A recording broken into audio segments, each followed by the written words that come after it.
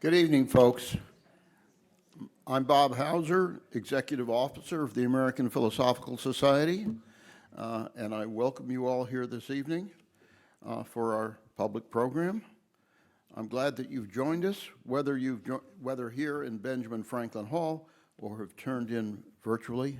I would especially like to welcome our recently retired Director of Meetings, Annie Westcott, this evening. She came in with dark glasses, but she can't really hide.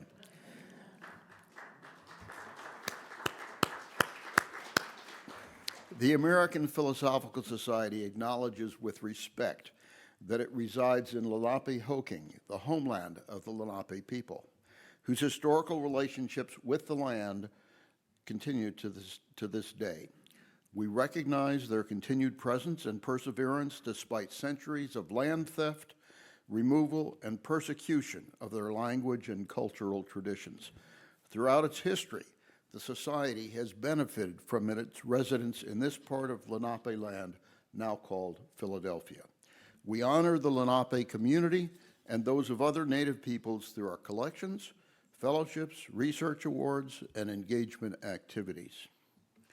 For those of you who are joining us for the first time, the American Philosophical Society was founded by Benjamin Franklin, that guy, in 1743 with the mission of promoting useful knowledge. Most of our nation's founders were members, and the APS had Thomas Jefferson as its president for 17 years, during most of which time he was either vice president or president of the United States. Like the Constitution, the presidency, the Congress, and the courts, as a source and keeper of knowledge, the Society was an essential piece of the bedrock on which our new nation was founded almost 250 years ago, and it remains so today. While we at the Society continue to admire Franklin and Jefferson and other founding members for their key roles in the formation of our nation, for their leadership of the Society, and for their devotion to science, education, and other noble causes, we're also much aware of their faults. Most significantly, their slaveholding. We at the APS are committed to sustaining the better parts of their legacies while working towards a future of inclusion, diversity, equity, and access. That's the APS idea. The Society is a catalyst for the discovery of new knowledge. Election to membership honors those who've made exceptionally significant contributions to science, the arts and humanities, and public life. The Society promotes research by providing close to $2 million of research grants and fellowships each year, primarily to younger scholars and those in marginal appointments who need the support most. Our library and museum collections and research centers serve scholars and visitors from across the globe. The Society also sustains an informed citizenry. We do that through our meetings, publications, and exhibitions, influencing the influencers and other outreach activities. And if you've looked at the screen that was up here a few minutes ago, we are opening a new exhibition, Sketching Splendor, Natural History from 1750 to 1830, diagonally across the street there on April 12th, and it's not to be missed. It's now my distinct pleasure to introduce tonight's main speaker, Ruth J. Simmons, whose recent autobiography, Up Home, almost instantly became a New York Times bestseller. And I don't always hawk the books here, but having read this one in full, I will remind you that you can buy a copy at a heavily discounted price at the table before you leave here today. Having read it in full, I will attest that it is a powerful and compelling memoir not to be missed. As a humanist, rather than a sociologist and statistician, my usual disguise, I think there must be something special about being the youngest daughter in a large sibship. Ruth Simmons' life story reminds me of my longtime colleague, Cora Bagley Merritt, who was raised in similar circumstances, except that she was the youngest of 12 children and ended her exemplary career as assistant director of the National Science Foundation. This is not the first time in recent memory that the APS has enjoyed hearing from Dr. Simmons. Several of our staff, friends of the APS and grantees, joined throngs at the National Museum of African American History and Culture last September to hear her deliver the 2023 Jefferson Lecture in Humanities of the National Endowment for the Humanities. It was, if I may say so, an awesome event. Ruth Simmons was born and raised in Texas, earned her bachelor's degree from Dillard University in New Orleans, and moved on to Harvard to earn master's and doctoral degrees in Romance literature from Harvard. She began her academic career as an assistant professor of French at the University of New Orleans and moved on to successive administrative appointments at Cal State Northridge, the University of Southern California, Princeton University, and Spelman College. She was successively appointed president of Smith College, Brown University, where I once toiled as an assistant professor in the bad old days, and Prairie View A&M back in Texas. And I have to say, speaking of Texas, Dr. Simmons and I did not have a lot in common in terms of our upbringing. Although my family was not well off, they weren't in the same circumstances as hers. But we had one thing in common. If you read the book, you'll see on page 53, there is a reference to the period of time when her family lived in a house in Latexo, Texas. And she and her siblings would wonder at the passing cars at the highway down below and tried to identify them. And that's what my big brother and I did, sitting in the back of my dad's 1940 Plymouth when we were going up and down the outer drive in Chicago, particularly looking for what we called Cadillac buses. That was the big thing for us. Anyway, while engaged in all the ways that I've just mentioned, Dr. Simmons has also been a civic leader and won a great many high honors, not least of which was election to membership in the American Philosophical Society in 1997. So that's more than enough for me.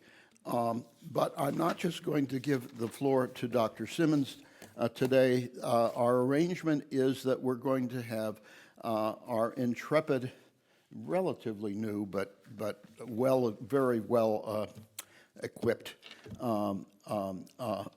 director of the Library and Museum interview Dr. Simmons. So I am delighted to welcome both Michelle McDonald and Dr. Ruth Simmons to the stage, and they will take things from there. So welcome, thank you.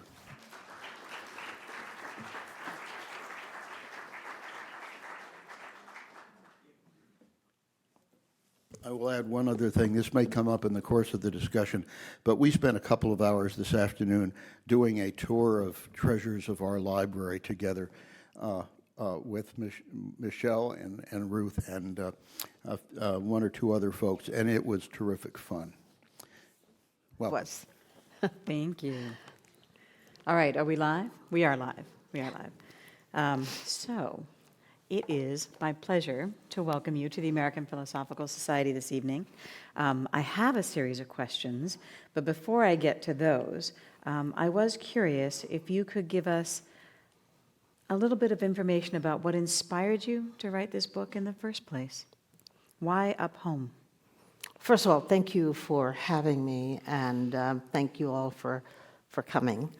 It's always a pleasure to be here in Philadelphia, but I must say, my visit thus far, especially because of the items I was able to see earlier today, this will have been one of the most memorable visits I will have had to Philadelphia, and I thank you for that. Thank you. Well, I mean, I didn't think I wanted to become a president, and I resisted that as long as I could. But someone finally said, you realize if you become a president of a university, think of the tens of thousands of students you will have influenced by being a president. And I guess that's what impelled me finally to take that on. But as I came to see the way that students reacted to me, I was concerned a bit about the way they elevated me to to iconic status, and I thought that was a very bad thing. I wanted them to have a true picture of what formed me, so that they could understand better that I was no better or less than anybody else, just somebody who took advantage of opportunities that came along. And so I really wrote it for my students so that they would have a true picture of me. And I always reflect on an incident when I was at Smith. I was driving along Paradise Pond, and I noticed that there was a student struggling to get up the hill on crutches. And I stopped my car and said, "Get in. I'll give you a ride to wherever you want to go." And she said, to my horror, "Oh no, President Simmons, if you could do what you've done, I can certainly get up this hill on crutches." You see, that's how ridiculous it was. So I wanted, as I say, I wanted kind of a true picture. And after all of the years that I had labored, so to speak, in the vineyard, people had these pretty stories about what I'd done. And I thought they were too pretty. They were too pat. I opened my book with a scene where I am standing on the stage at Harvard, and the president is reading a citation, lauding me for, I suppose, being great.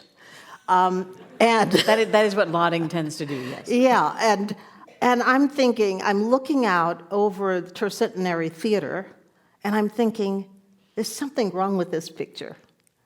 Because I'm thinking back to the girl that I was wandering around Harvard and feeling absolutely lonely and lost and not fitting in at all, and with people questioning what was wrong with me, because didn't I understand that I shouldn't be studying French of all things? I mean, I was black, and there must be something more useful that I could study, right? So what was I doing there studying French, they said. And by the way, they didn't much think in 1973 that there was a place for a black person who was a French scholar. And they tried, this is sort of my professors at Harvard, these are the things that they're telling me. And so at that moment, I'm thinking, this is not the story I want people to hear. I don't want them to hear how Harvard praised me for all the wonderful things that I've done. I want them to hear how Harvard treated me, because I think that's far more instructive for young people coming along if they have the true story of what it was like in that era to be a student at Harvard, and to struggle with the fact that people didn't think that you were worthy or deserving of being there. And I also wanted to be sure to have a record of that, because we are at another time today where people are saying the same thing. At Harvard, of all places. And so we're hearing at Harvard again, merit. Some people don't merit being at Harvard after all, right? Because it's a place that only chooses the very best minds. And therefore, people who don't make that cut don't deserve. Well, how could I have made the cut? I came from segregated schools all of my life, had no opportunities to study on a par with what other students at Harvard had, and yet there I was at Harvard.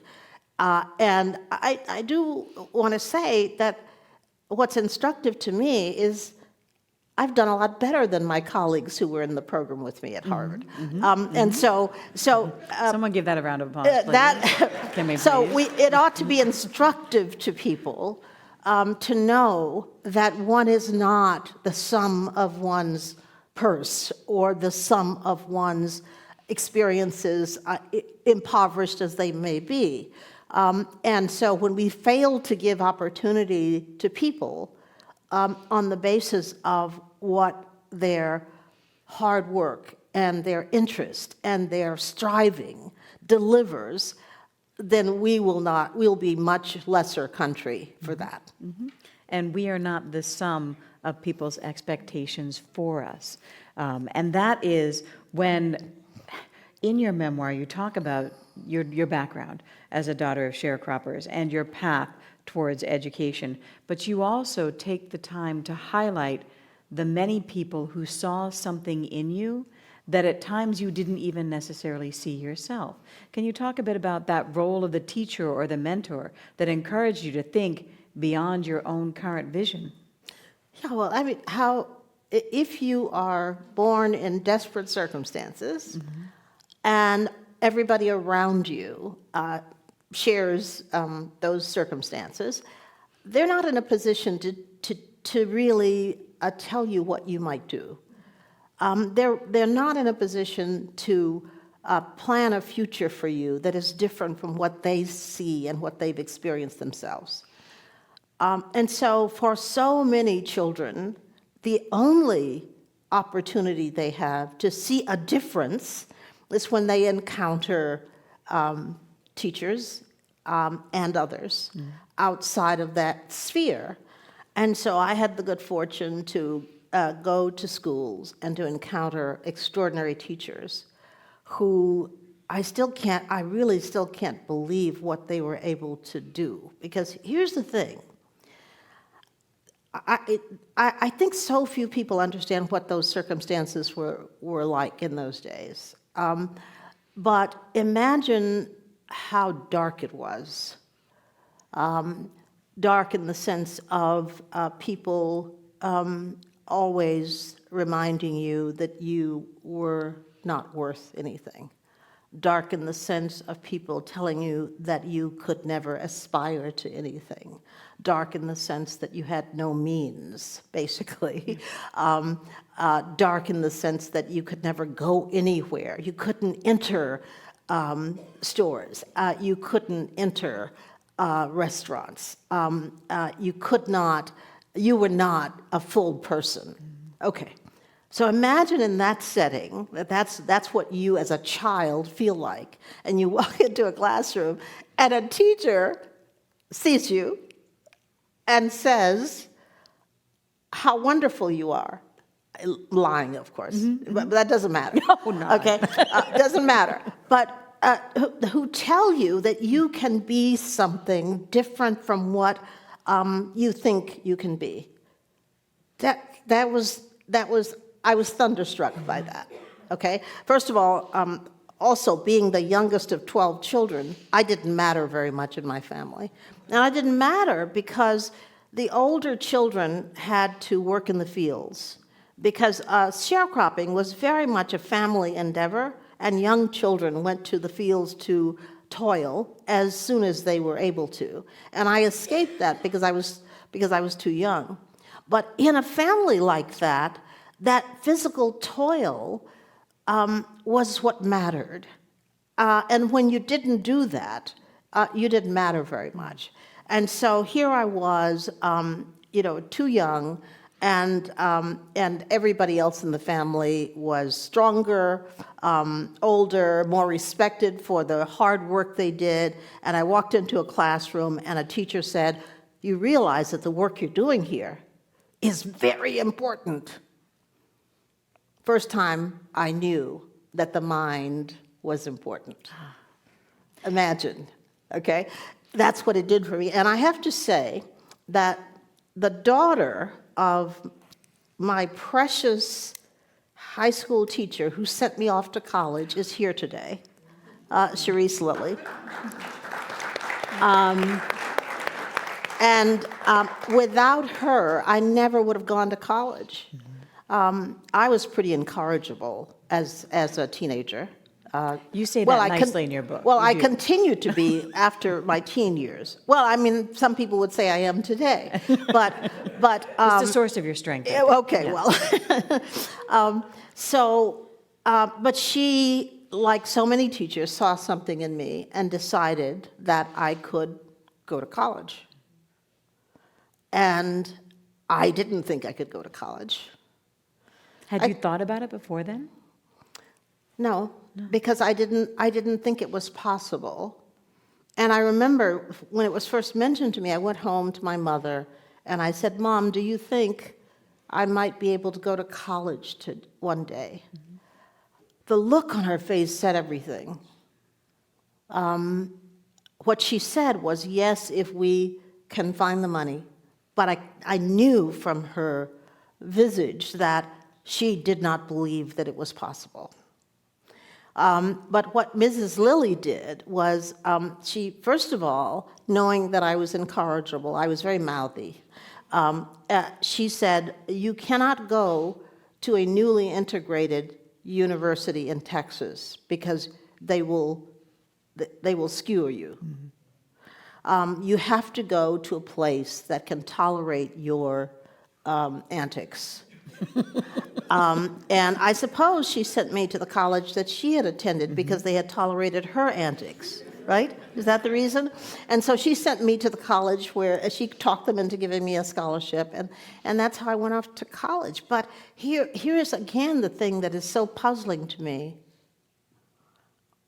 You know, I don't know how you feel about this, but I'm very disturbed by the negative environment that we're in today. The sense that things are so bad and they're getting worse. And where will it all end? And so forth. I'm very concerned about it. Here are teachers who are in the worst of times, certifiably the worst of times, right? Because you can't do anything if you happen to be black. And yet, they taught us for a time beyond where they were. I don't know how they could have envisioned that, right? Right. How could they envision that? So we didn't have a Civil Rights Act yet. No. We certainly didn't have affirmative. How could they envision that things were going to get better? And I always say that the notion that I grew up in a section of Houston called Fifth Ward, the notion that somebody from the outer margin of society in Houston, Texas, could actually end up becoming the president of an Ivy League university is so stunning. It's so stunning. I can't even believe it myself because you lived it. because they envisioned a future and taught us to work to that future, not to work to what we were doing in that moment, but to work to the future. And so that vision is powerful. And so I always say to teachers, whatever you do, when you walk into a classroom, you can never have a down day. You have to be hopeful. You have to be positive. You have to remember that you're giving your students a vision of what can be in the future. I'm grateful for that.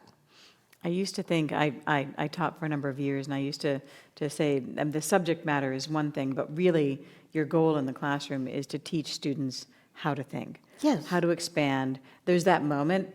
I also spent some time in university administration. It doesn't happen as often, I'll tell you, but there's this moment in the classroom where they come in expecting one thing, right, about what we're going to be studying that day. And by the end of the class session, you begin to see their eyes become confused, and then sometimes a little angry, but then more confused, and then a few of them open wider, and you realize you just changed how they think about something. Again, it didn't happen in cabinet meetings nearly as often, but it could happen in the classroom, and it's a powerful thing. It is an incredible thing. It's a powerful thing. Absolutely. Do you still see, so I guess as a follow-up question, do you still see that as a guiding principle in higher education today? What do you think are some of the challenges we're facing in higher education? This is a 3-hour talk. I don't know if you guys knew that when you came in. Sorry. You know, we spent some time very productively today looking at early documents when the country was founded. And I think a lot about how vital it is for all of us to stay as close as we can to our purpose and our mission.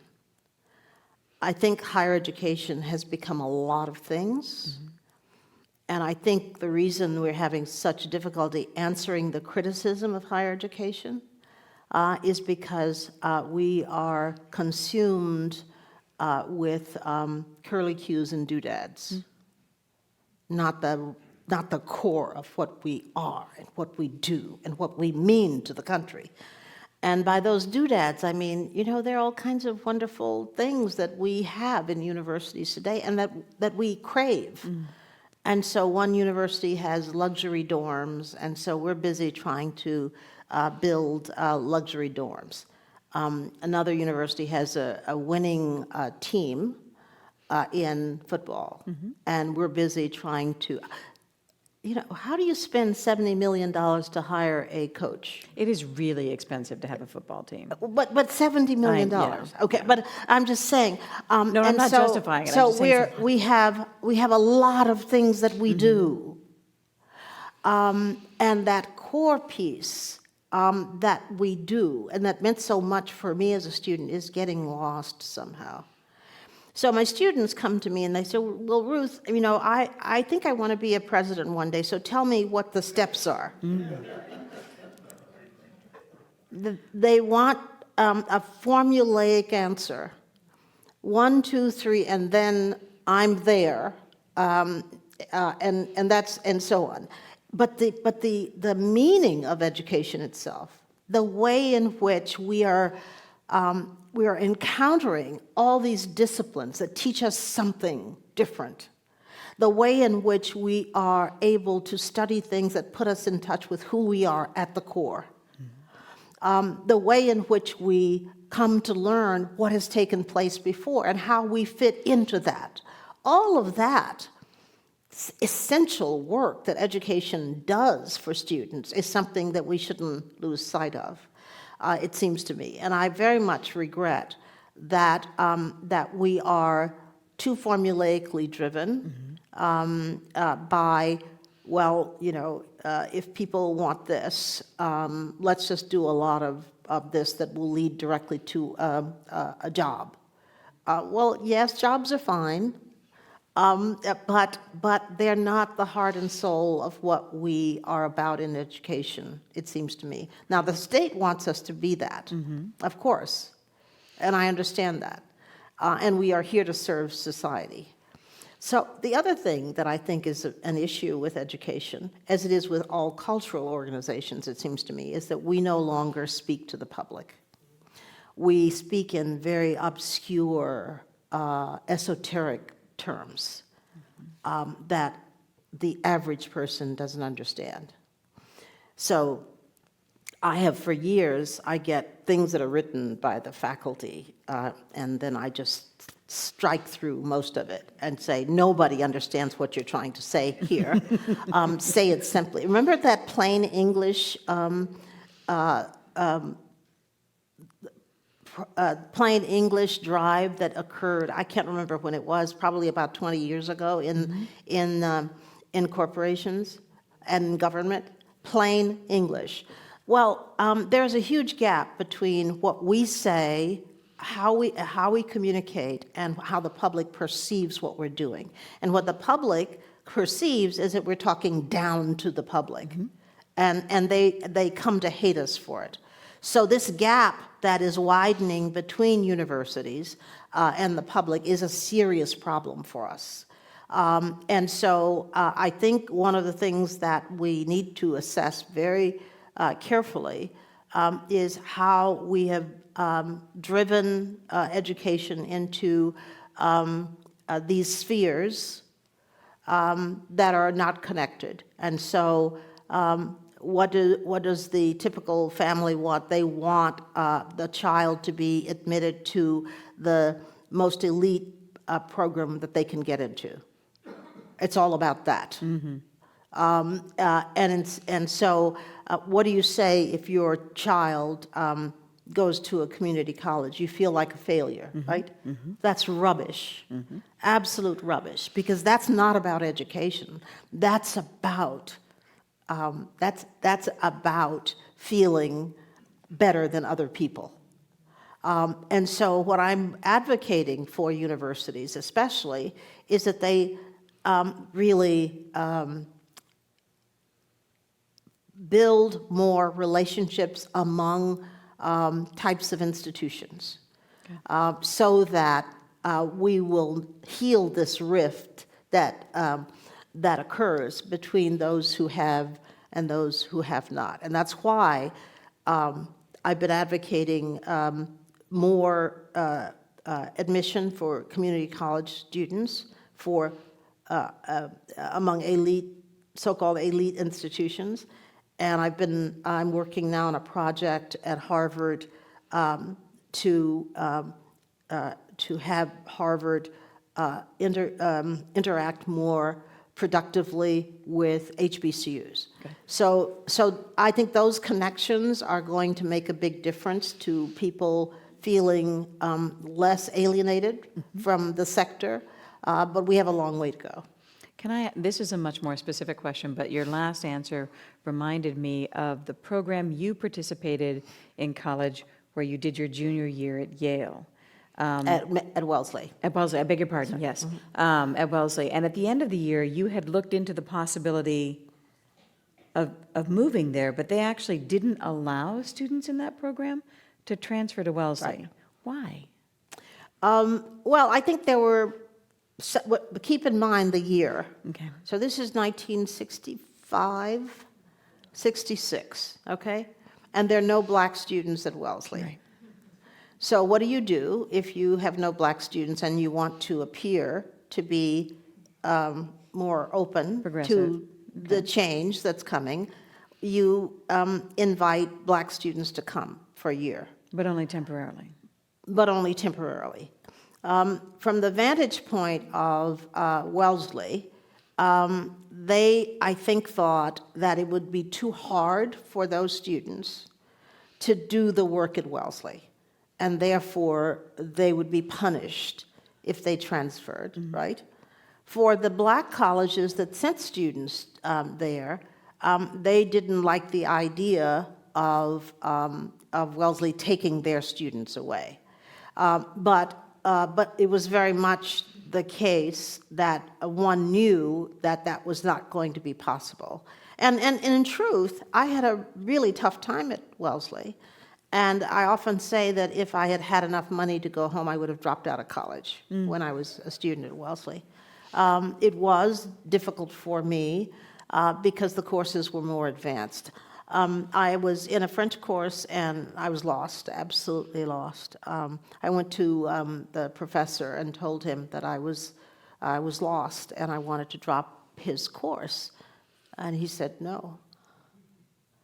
And I concluded that he was the most awful human being I had ever encountered in my, and that was probably true up until then, that I had ever encountered. And so I said, but what shall I do? I'm lost. I don't understand anything because all the assignments were in French, and all of the work in class was in French, and I was lost. Mm-hmm. So I said, well, what am I supposed to do? And he said, just work harder. I tell my students this story all the time. Because that's what I did. I started going to the language lab and working hard. And then in a few weeks, I sat up, bolt upright, because I realized I was in class and I was understanding. And I thought, it worked, you know. So Did you still think he was the meanest person you'd ever met? well, I didn't give him any regard, really. But the thing is that that was the most empowering educational experience I had ever had. Because from that moment on, I was never afraid anymore, ever, in any academic setting. Because I thought, if I can do that, you know, by George, I can learn. And so that was a very important moment for me in terms of, again, keep in mind, going to Wellesley was the first time I'd ever been in a classroom with whites. So all the students are white except me.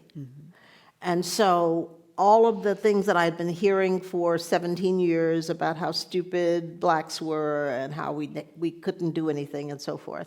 And this was the test for me, was, well, what is going to happen to me when I am competing with whites, given what my background is?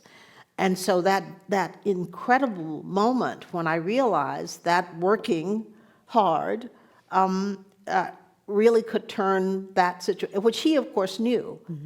I wish he'd explained it more to me.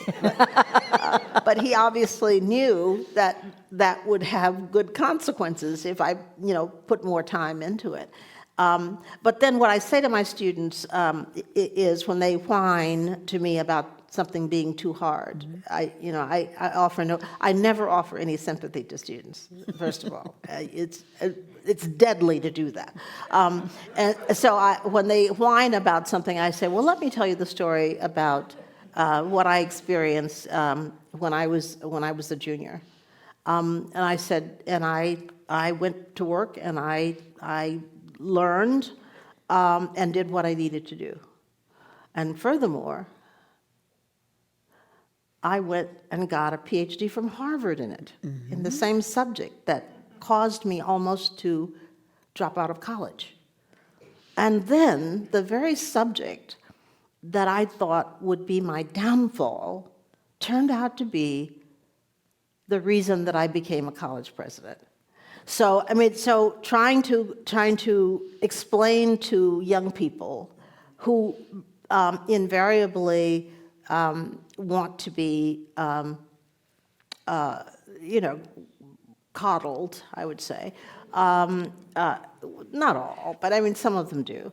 And I've always found that I just don't give any sympathy to students for that. And I remember too that I remember when I became president of Brown, this man, David Horowitz, had written an ad saying that black people were so fortunate to have been enslaved.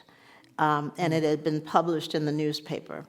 And the young Republicans on campus wanted to invite him to give a talk on campus. Well, there was an uproar about it.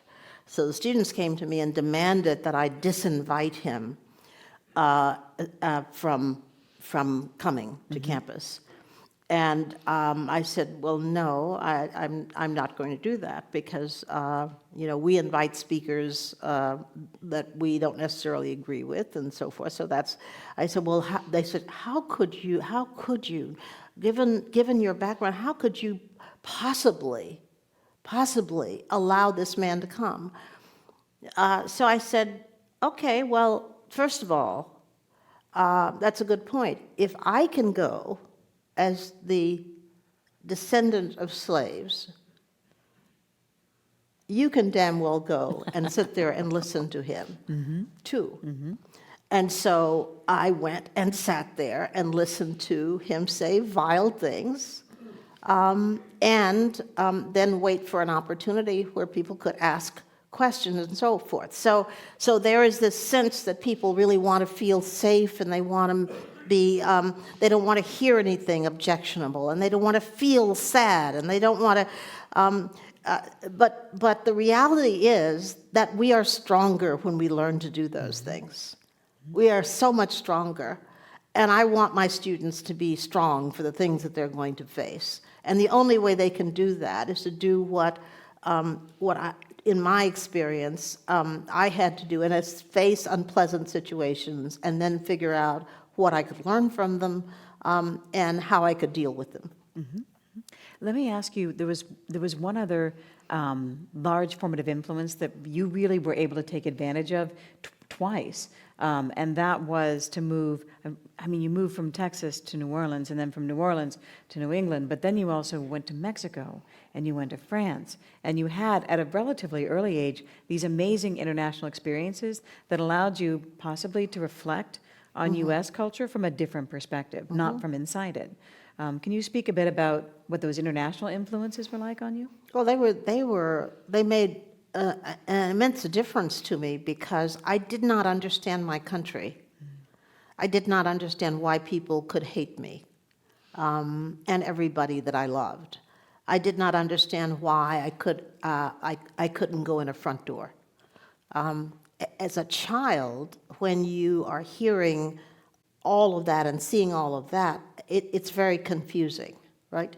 And from an early age, I knew that this was a lie, but I didn't know it from having seen it from a different perspective, and I needed that. So when I was 17 years old, I got on a Greyhound bus and went to Mexico to live with a Mexican family.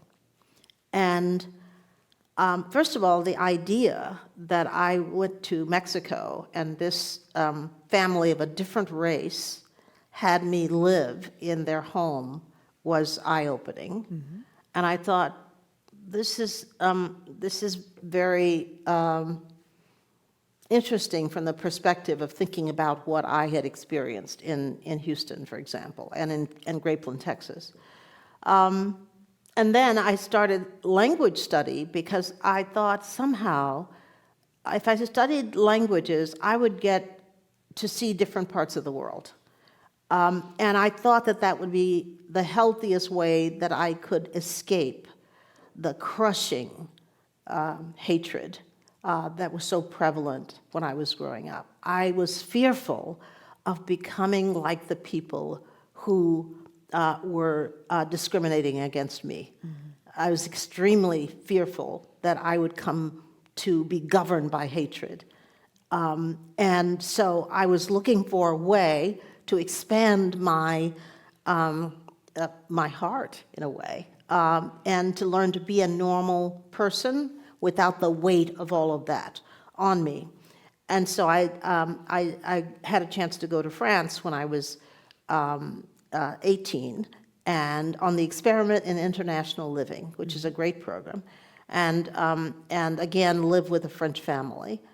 And it was wonderful because I think I would have been a very different person if I hadn't had those experiences early on, because a lot of the people that I know who came along with me carry that hatred with them. And it takes hold of you, and if you don't fight it, it can govern you in so many ways. I should probably be opening up this conversation, because as much as I've enjoyed talking to you, I have a sneaking suspicion there are many people in the room tonight who would enjoy joining that conversation. Is there anyone who would like to ask a question of our speaker this evening, of Dr. Simmons? Hi, thank you. I've got the book, and you all should have the book. It's I had read it in one sitting. It's wonderful. Thank you very much for it. I wanted to take you to page 147. Ooh, wow. But it's just... We don't have one, Roderick. It's about your philosophy for teaching and teachers. I remember this teacher's generosity and impromptu to action as an educator that extends beyond circumscribed duties to the full breadth of the student's needs. I wonder if you could talk to that. It's not just teaching, not just classroom, but the full spectrum of the student's needs. So I was writing there about really an extraordinary, what I now think of as an extraordinary thing that happened to me when I was in high school. And that is, of course, I had no money to go to college, and of course, I had no money to do anything to prepare myself to go to college. So this teacher invited me to her house to do some cleaning for her, ostensibly. But when I got there, what her intent was to have me go into her closet and to take some clothes from her closet to pack to take to college. And so most of my pictures that you see from the yearbook when I went off to college are clothing that she gave me from her closet. We happen to be, luckily, the same size. So, and imagine that. Imagine that. I mean, just thinking about the fact that you have a student who's about to go to college who has no clothes to take to college and wanting to do something about that. That's the way these teachers were. I mean, they would give you, they did not end their responsibilities when the bell sounded.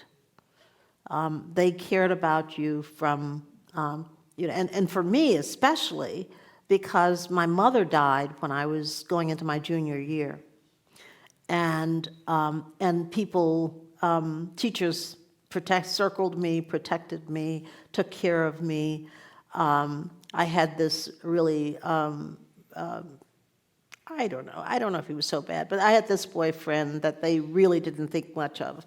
And so they went as far as to threaten him, and so forth. So, but it was absolutely, it was whomever you were seeing, it was what your outlook was, what you were doing. They watched over you constantly. And more than that, they added things to your life that you would never have experienced otherwise. Mrs. Lilly took us to places that, prepared us for a broader life than one that we could have experienced just from the circumstances of our families. And so she'd take us to cultural events, for example. And she did something, Mrs. Lilly, I don't know. Mrs. Lilly did something that I still don't understand. So she's a drama teacher, okay? In an inner city school during segregation, Phyllis Wheatley High School, okay? But she's putting on plays that I don't understand. Ionesco's The Bald Soprano. I mean, we're on stage in Fifth Ward acting The Bald Soprano, okay, with an audience from Fifth Ward who didn't understand anything we were talking about, right? A Streetcar Named Desire, and extraordinary cultural events that would later truly define my interests, my cultural interests certainly, in my life, because otherwise, I never would. The Bald Soprano, honestly, really. If you don't know it, please read it and send me a note if you understand anything in it. Okay. Was there another question?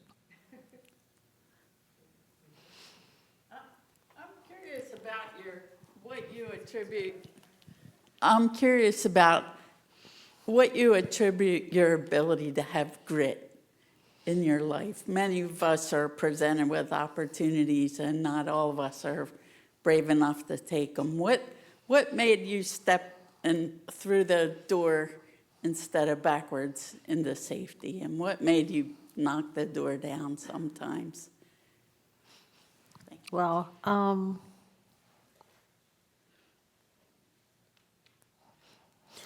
first of all,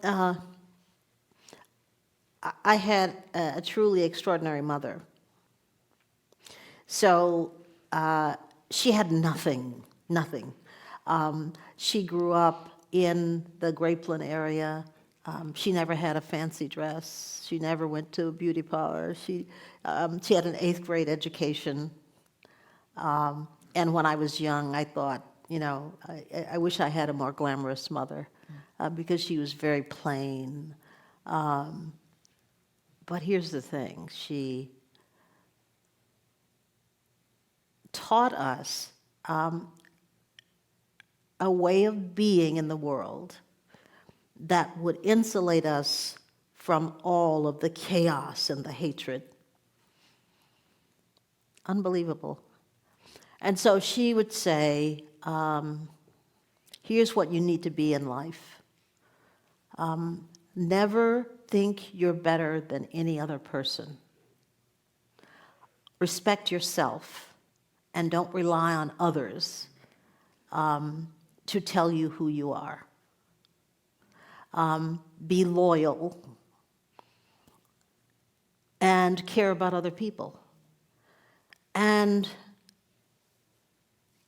I complained a lot about my mother because I couldn't understand how anybody could be like that, because I could see how she suffered from having nothing. And I didn't understand this generosity thing. So she would have, when people would stop by, we had no food. We were always hungry. She'd give everything in the house to strangers, which infuriated us. And then if we went to somebody else's house, she would forbid us from partaking of anything because she said they might need it. So her kindness and her outlook on life, though plain, seemed to me a rock-solid way to live. And so I, consequently, when I was coming along and facing a lot of adversity, it didn't touch me, really. I was on a path of self-improvement that mattered to me, and it didn't matter so much what other people thought. Thank goodness, because they often said, things that wouldn't have been encouraging, to put it mildly. So, when I was named president of Smith, people said, "Oh my God, why are you going to do that? I mean, that's a girls' college. You could be president of a university. Why would you do that?" It's those kind of stupid comments, right? And when when I decided to become president of an HBCU, oh my God, you'll never recover from that, from a black school. Never thinking about the students in those settings, and that they could mean as much to me at Prairie View as my students at Brown. It was, for some reason, that doesn't compute to people, that they would all be equal to me, and that I would be concerned about their learning as much and as well as they could, no matter where they sit and no matter where they come from. So my passion has always been, really as a consequence of the way that I grew up, to try to demonstrate as much as I can that the worth of a person has to do with something other than their possessions and their place in society.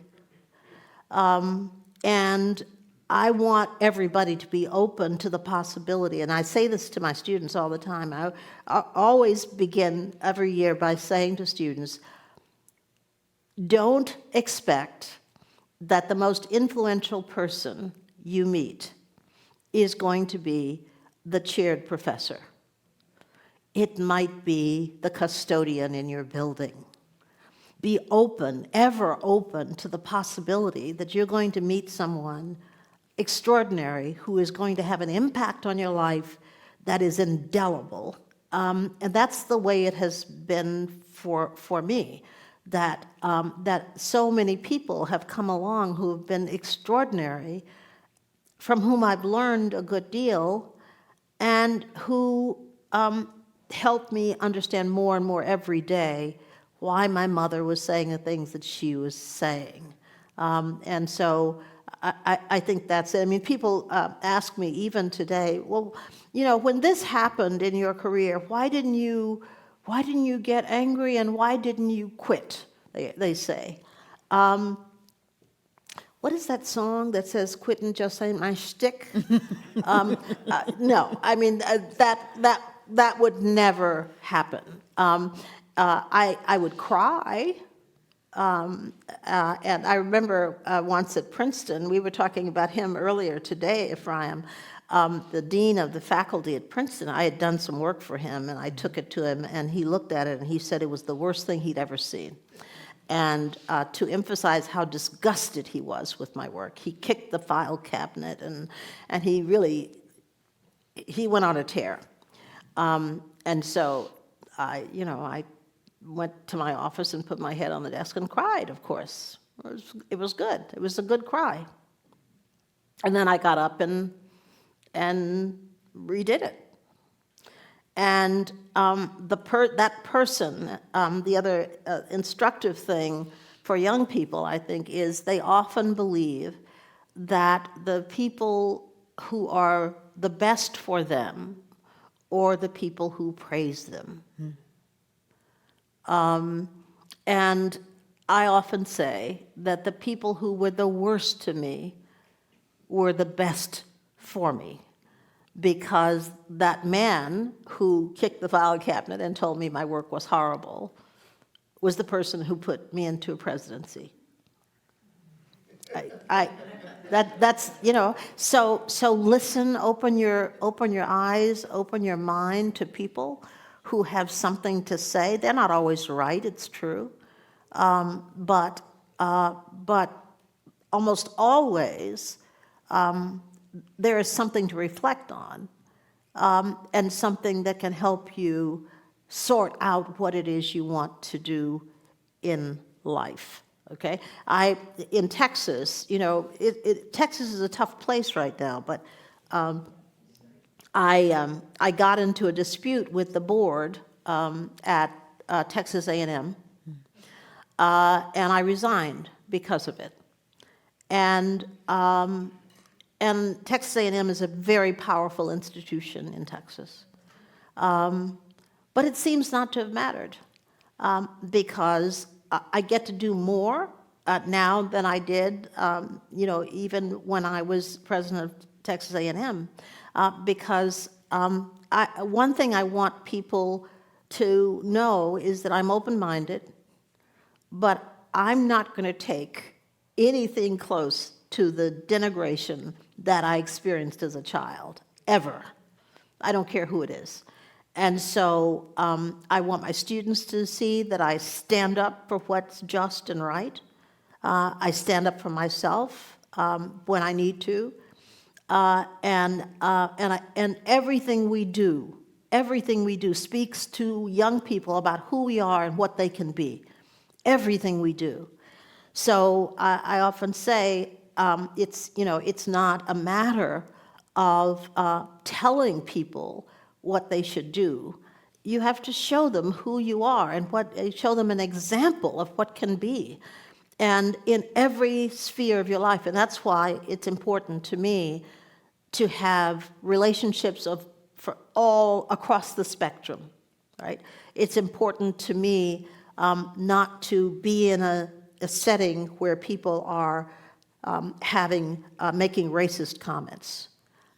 So I'm just as likely to say, if I'm in a setting where somebody is speaking against a certain religion or a certain race, I'm just as likely to go on a tear there as I am if they are insulting me. So what I've always wanted my students to do is to see an example of the kind of satisfying life you can have just by doing the right thing. It's just that simple. And my mother showed me it's that simple. Just do the right thing as a human being. I think on that note.